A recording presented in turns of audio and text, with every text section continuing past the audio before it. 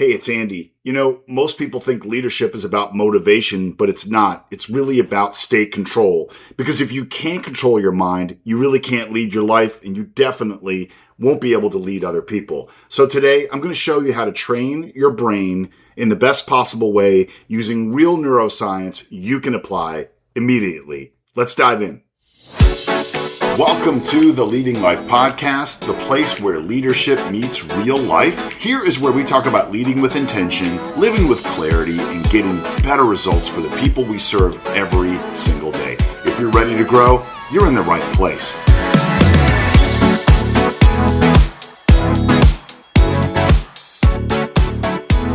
Right now, on today's episode, we're going to talk about how to actually rewire your brain today.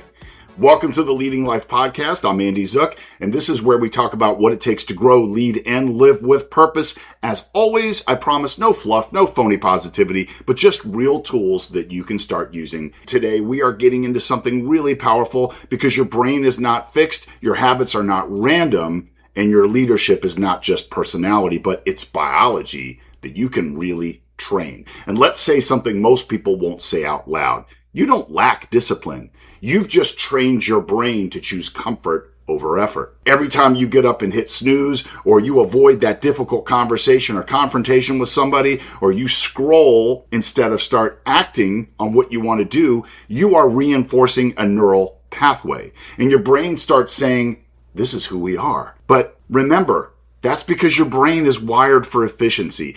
It repeats what you've done before, and it avoids comfort automatically. So today I want you to interrupt one pattern. Do that difficult thing you've been avoiding. Put down your phone and get up and do the workout. Make the call you need to do. Just do the hard thing first, because leaders don't wait to feel ready.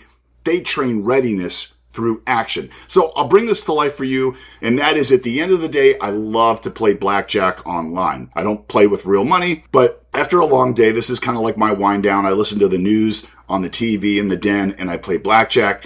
And like I said, my guilty pleasure, I've done it for years, and then I'm used to having a cold beer or two while I do it, and then that leads to me also having some snack like peanuts or chips or something like that to go with it. And so my brain is wired that playing blackjack at the end of the day, which equals empty calories, because I start having a cold beer or two, or then I start having a snack on top of it all. My brain is just used to that. So I had to start doing it where, like, you know what, I'm going to play blackjack tonight. I'm not going to go for that wiring that's part of my routine that says you got to have beer now and you got to have potato chips now. That's what we're talking about, is breaking that cycle and rewiring your brain. The next thing I want you to focus on is controlling your state, and that equals controlling your leadership. Great leaders aren't calm by accident. They're regulated, because your nervous system will determine your tone, your patience, and your presence. And what's happening is your brain is it's working through two primary states. First is sympathetic, which is fight or flight. It's reactive. The second is the parasympathetic, which is calm, controlled, and clear. Most people live in a reactive state, but leaders learn to shift states on command. So try this immediately. Take 2 or 3 really deep breaths and then have a long exhale. Or try some cold exposure, taking a cold shower, or step outside into the sunlight. These aren't wellness trends, but they're state control tools. Think of it this way. If you bring chaos into a room, you start to multiply it. The best leaders I know stay in control of their emotions at all times. You are in the leadership position now, so people are looking for you to be the calm and strength during their difficulties. Just like being a parent, or maybe your family is facing a difficult situation, your children are looking to you to be that strength. I was just telling my wife a story the other day where me, my mother, and my father were driving through France. And I think we were on our way to Lyon. I can't remember exactly, but it started to rain. And the guy driving behind us on the road hit his brakes and slid into the back of our car. And he gets out, we get out, and he's trying to explain in French what happened, and he's sorry. And we don't speak French, obviously, so I don't know what's going on. But my father remained so calm and communicated to him in the best way he knew how, exchanging information and so on. Luckily, there wasn't too much damage to either car. But I'll never forget how well my father handled it and stayed in control. So remember, 2 or 3 deep breaths, and then a long exhale. Remember to stay calm. The next thing I want you to think about is dopamine is driving your life, whether you know it or not. And this one hits hard because dopamine isn't pleasure, it's motivation. It's what gets you to chase your goals. It's what gets you to take action and stay consistent. The problem is modern life is flooding our brains with easy dopamine. Social media, junk food, alcohol, constant stimulation. And what happens is your baseline drops, real work feels harder, and you lose drive. So what do leaders do differently? Well, they attach dopamine to effort. They train their brain to feel good when they finish that workout, or they handle that hard conversation, or when they stay disciplined. Start rewarding the process. Say it out loud. This is who I am. Acknowledge the effort, not just the outcomes. Fall in love with the work and your brain will follow. So really, if we break this down, it's basically just delayed gratification. Get the work done first before you start reaching for dopamine. So if you worked out Monday through Friday, for example, and you didn't snack or you didn't have beer at night or whatever, or ate too much, then Saturday night your family goes out to a nice dinner. That's your reward. But you've got to do the work first throughout the week to get to it. So remember, this is who I am. Break the cycle of what you were doing before and delay the gratification. The next thing I want you to think about is your environment is either building you or it's breaking you. And this one's kind of sneaky because you think you're making choices, but your environment is really making them for you. What's happening is your brain is responding to light, noise, access, and convenience. So if your phone is next to you, you're going to check it. If there's junk food in the house, like for me, if there's potato chips, I know they're there, I'm going to eat them. Leaders don't rely on willpower. They design their environment. So put your phone in another room when you're working, or set up your workout clothes the night before so they're ready to go in the morning. You know that's your cue. I got to get to the gym, or I got to go for a run.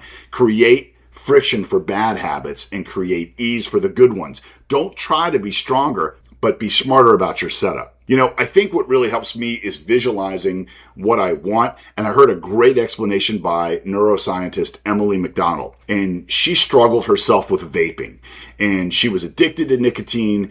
And so for her to start the process of quitting, she wrote down, who did she want her future self to be? What did that look like? And she said, hey, I wanted to be an influencer. I wanted to be a boss babe. I wanted to be a speaker, someone that inspired people. And that best version of myself wasn't addicted to nicotine and vaping. And that was the way I started to change the behavior. And that's weird because I think I was so taken by that explanation, even though it's so simplistic, it makes 100% sense. So being candid with you, again, I struggle with my diet. I go through the same thing every year, and I vowed this would be the year that I would get down to my goal weight and not slip back like I always do. So if I think of the most elite version of Andy Zook, that's building muscle in the gym. It is getting in shape, looking my best, growing my podcast, writing a book, etc., etc. The best version of me is not beer throughout the week or snacking on potato chips every night before I go to bed. So visualize the best version of yourself and then set up everything around you to make it easier. So for me, no beer in the house, no potato chips in the house. Workout clothes laid out the night before, I'm ready to go. And that starts to rewire your brain. Next thing I want you to think about is consistency rewires your identity. Here's the truth most people miss. You don't become confident first, you become consistent first. And then your brain updates your identity. And what's happening is neuroplasticity means your brain is changing through repetition. Every time you show up, you follow through, you do what you said you were going to do. You're building, this is who I am now. So what I want you to do with that is I want you to pick 3 non-negotiables. Move your body. Do one hard thing. Keep one promise to yourself. Not 10, not 15. Don't make this big list in your journal. Just pick 3 non-negotiables for this week for yourself. You don't have to be perfect. You just have to be consistent. Confidence isn't built in your mind. It's built through evidence. And this is your leadership edge for this episode. Your brain is always being trained. So the only question is, are you training it or is your environment training it for you? Because leaders don't drift, they design, they train, and they show up on purpose. So here is your call to action. Today, do that one hard thing first. Take that moment of state control, breathe through it, stay calm, and create one new, consistent, intentional habit. That's it. Train your brain today, and you will change your life for tomorrow. Most people try to change their life without ever really retraining their mind. That's why nothing sticks. That's why my diet fails every March, April, because I go back to what I did before. I didn't rewire my brain to cut out snacking or whatever it is that holds me back. And here are some reflection questions for you to think about today. What pattern is my brain currently reinforcing that's holding me back? And then ask yourself, where am I reacting instead of regulating? What am I getting easy dopamine from that's lowering my drive? And then what environment shift would make my life easier to win? Lastly, what 3 daily actions would redefine who I am over time? So let's recap really briefly here. Remember, the first thing is you don't have a discipline problem. Don't lack discipline. You just have a pattern problem. It happens to all of us. So start working to break the pattern. Next, control your state, control your leadership. Stay calm, stay regulated. Then remember that dopamine is driving your life. So delay that gratification. Before you reach for what's easy, do the thing you need to do first. And then 4, your environment is either building you or breaking you. So set yourself up for success. I know for me at work, if I have my phone next to me, forget it. I'm going to look at it. I'm not going to get done what I need to do. And then remember, consistency rewires your identity. So be consistent, show up, follow through, and do what you said you were going to do. Your brain believes what you tell it repeatedly. So feed it discipline, not doubt, and watch your life change. All right, so that is my episode for today. If this gave you practical insight, share it with someone building a team, trying to grow their influence or lead their lives better. And if it made a positive impact on you, I'd truly appreciate a quick rating or review, and hit subscribe so you don't miss another episode of the Leading Life Podcast. We don't just talk about leadership here, we live it. I'm Andy Zook. Remember, I want you to lead with purpose, live with intention, and keep becoming who you were meant to be. And most importantly, go out and be the hero of somebody's story today. All right. Thanks for listening. I will talk to you on the next episode. Have an amazing day.